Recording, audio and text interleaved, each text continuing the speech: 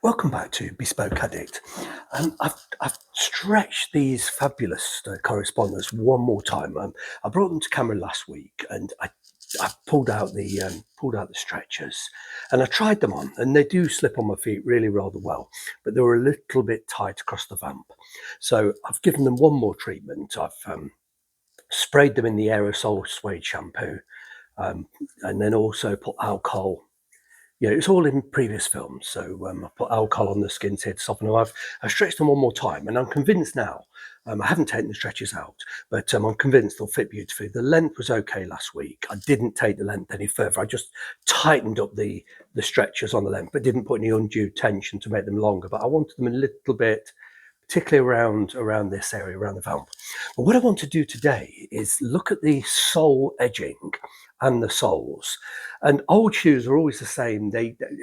If they've been used, they get like a glaze on the bottom, and it happens in several ways.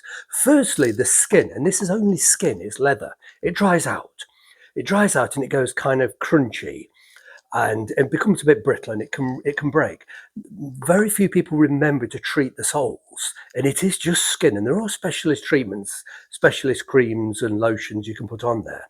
But I'm just going to use the same sort of cream that I'm going to revive the tops with, but not yet. It has a glaze on there, and it's kind of like it's almost like a varnish, and it's crispy and it's shiny, and it's been walked on the pavement, and it will be sort of oils, dirt, diesel, petrol, whatever.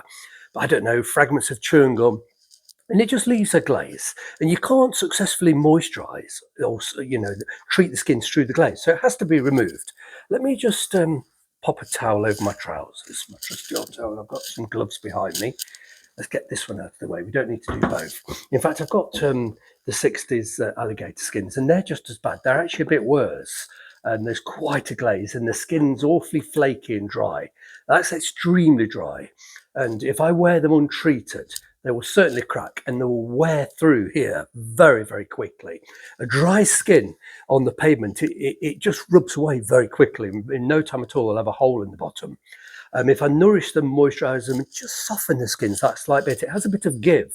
So as you walk in, the skin surface just moves microscopically instead of grinding away so easily. So I'll do those too. But let's just, I need abrasive paper. I'm going to start with quite a sharp one. Not, let's have a look, medium. That's 180. There's a sharper one in there, but I believe it's too sharp. And I'm just going to very carefully, let me just tear a bit off. I hate the feel of this stuff. Yuck. It's not, there we go. Just a tiny bit. And I'm going to pop on these sort of protective gloves, and I'm just going to sand it very carefully. I'm certainly not trying to sand them thin. What I'm trying to do is very much like if you were to use a foot file on dry skin on your heels, on your feet. Yeah, if you get dry skin, it just thickens, and you just end up you're using a foot file or a pumice stone and filing it off. So this is reasonably sharp. As I say, it's 180, just to take off the glazed surface, and it clogs the paper very quickly. And I'll do the whole sole very carefully. And I'll also do the edgings, because the edgings are kind of scuffed, and because they've been worn, the edge is sort of flared up slightly. So I'll just very, very carefully, avoiding the tooling around the edge here. It's a bit clumsy in these gloves. I'm struggling in these gloves. So the gloves are not really necessary, but I like to try and protect my fingers. There we go. Just avoiding the tooling, just taking off the burr. There's a burr around the edge, and all sorts of scabby, sort of old sole edge treatment, and it's a bit like chipped nail polish on a lady's fingers. It doesn't look very nice.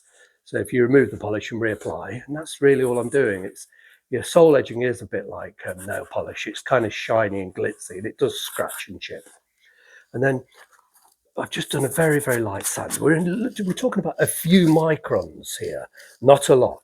I'm not trying to sand the shoes thin. Let's just take another piece of paper. I'm going to do it without the gloves. I'm too clumsy in the gloves, but I just loathe the feeling of this stuff. So I'm going to use a slightly smoother paper. You can see the difference in colour. Of course, I'll spend a lot more time and probably spend 15 minutes going over the whole sole, all of the edge in 2 or 3 different grades. But that's much smoother now, and it's got rid of this ghastly sort of varnishy surface, and the moisturizing cream will now sink into the skin. It just wouldn't sink in there. It's just too shiny. It's got like a protective varnish that's just built up over decades. So that's all I'm going to do. Just go around the edges, take off the glaze, take off the burr, and with a slightly sharper paper, then go around again with the finer paper. It's just, I'm working very quickly to camera here. Of course, I'll be much more careful off camera and spend a lot more time, but there is tooling around the edge here, and that it's important not to sort of rub that off. It's supposed to be there, but that's about it really. I just really want you to see it, and I'll do the same to the heel. It's kind of very dry, and it's just leather, and it has a row of nails.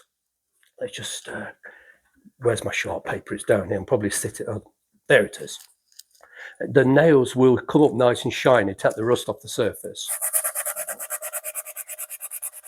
And, you know, I'll go quite hard at the heel, to be honest with you. You know, there's a lot of glaze on that heel, and I do want the heel to be able to take on the moisturising cream. So I'm not trying to sand them thin. I'm just trying to get see the difference. Beautiful sort of original nails. That glaze is largely moved now, and anywhere there's a burr here as well. So I'll work around that edge. There's quite a burr on the edge here. Yeah, it's sort of flared over. So once again, there is tiny tooling marks here. So I will avoid that, but I'll go right up on the heels, take off the burr. It'll take a few minutes. I'm not going to do it all on camera, but just to give you a sense of what's involved. Carefully remove the shiny glaze, and then go for a much smoother, finer paper.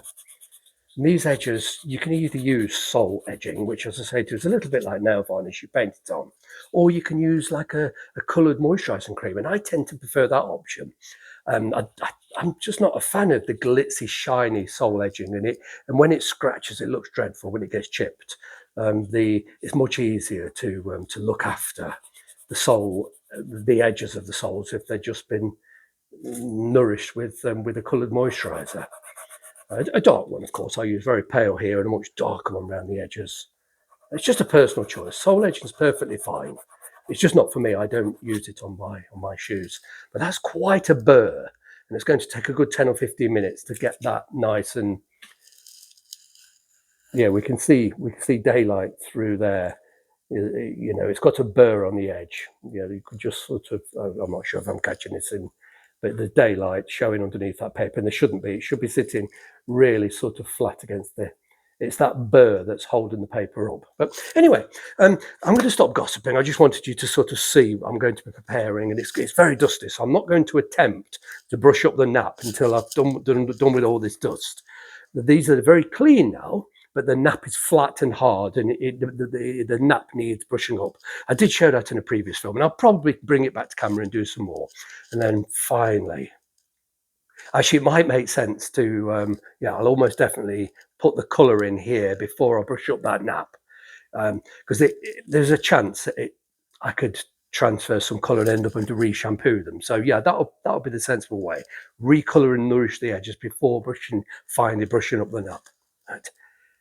Beautiful things, and of course I'll give exactly the same treatment to the soles of the alligator. And I'm going to make a separate video moisturising and nourishing the alligator skins.